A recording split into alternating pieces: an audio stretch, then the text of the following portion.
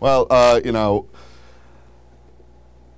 Putnam County has some problems in the Republican Party, I feel. We're talking about the size of government. And recently, in recent months, there's been a large discourse publicly about spending money by the towns and by the county. And there seems to be some Republicans that resist the idea of smaller government.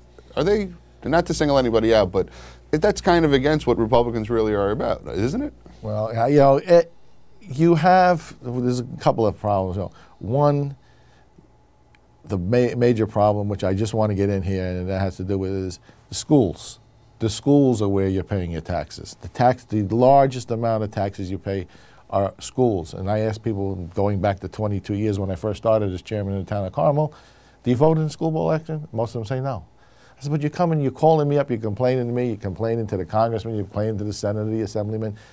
Your school taxes, we've known this. Everybody gets up there. The largest burden. They're going to Albany, they're going to change it, they're going to change it, they never change anything. Well, I think one of the things they can change simply, and I mentioned this before when we were talking, is why don't we just move the school board budget votes to when the general election is, when the most turnout is? It's really have democracy behind these votes. Well, now you're bringing me to something that I've was said this morning too on that show, but it's something I've said for a long time, is our legislature moves at a snail's pace. New York State legislature in particular, as election commissioner, New York State is being sued by the federal government because we didn't comply with HAVA when every other state, the voting machines. When every other state did, we didn't do it. Yeah, that was an issue in 2006. It was supposed to be completed, and here we are 3 years later, still not done. Our legislature didn't enact the legislation needed to do that for 2.5 years. I guess they thought it was going away. They got the money from the federal government. We lost the $50,000, the first $50,000, because we didn't comply in time. But, you know, we have money, and the money for that is not enough. And we're getting off of the Republican government, and I don't want to get into the election. That's okay. We'll do another show on elections. But, you know, we mentioned the media a few times. It's, unfortunately, I think, as Republicans, the deck is stacked against us as far as reporting facts to the general population.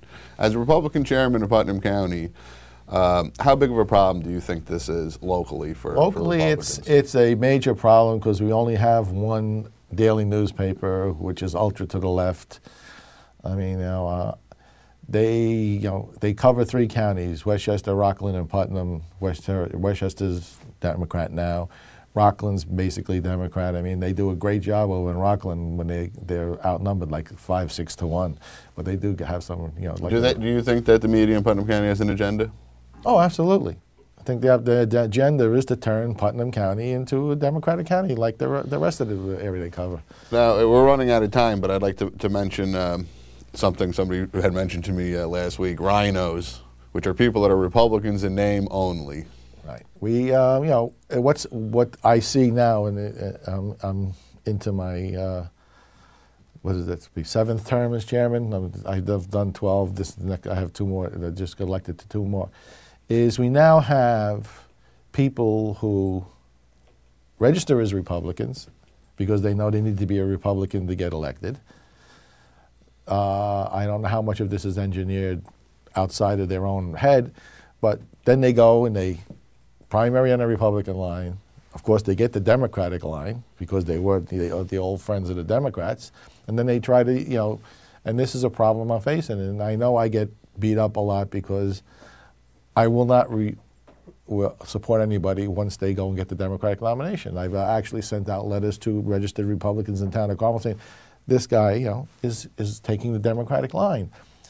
And with few exceptions where the candidate killed themselves or was killed by the media or something else, when a person goes into a primary and they're going into the Republican primary and they've taken the Democratic line, the people, the real Republicans that show up in a primary won't vote for them.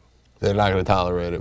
They don't accept it, just like I don't. In closing, can you give any advice to people that are actual Republicans here in Putnam County when they're looking at a candidate?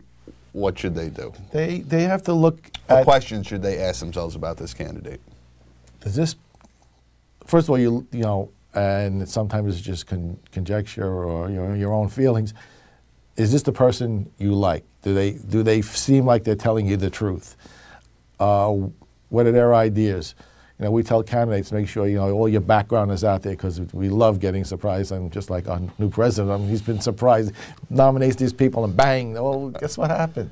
Well, and that's the lack of personal responsibility, I think, is a symptom right there. Right, yeah, so yeah, they need, you know, you need to, and they need to be talking about the things that are of concern to you. Taxes, small government, creation of jobs, you know, those things. So that's, you know, how.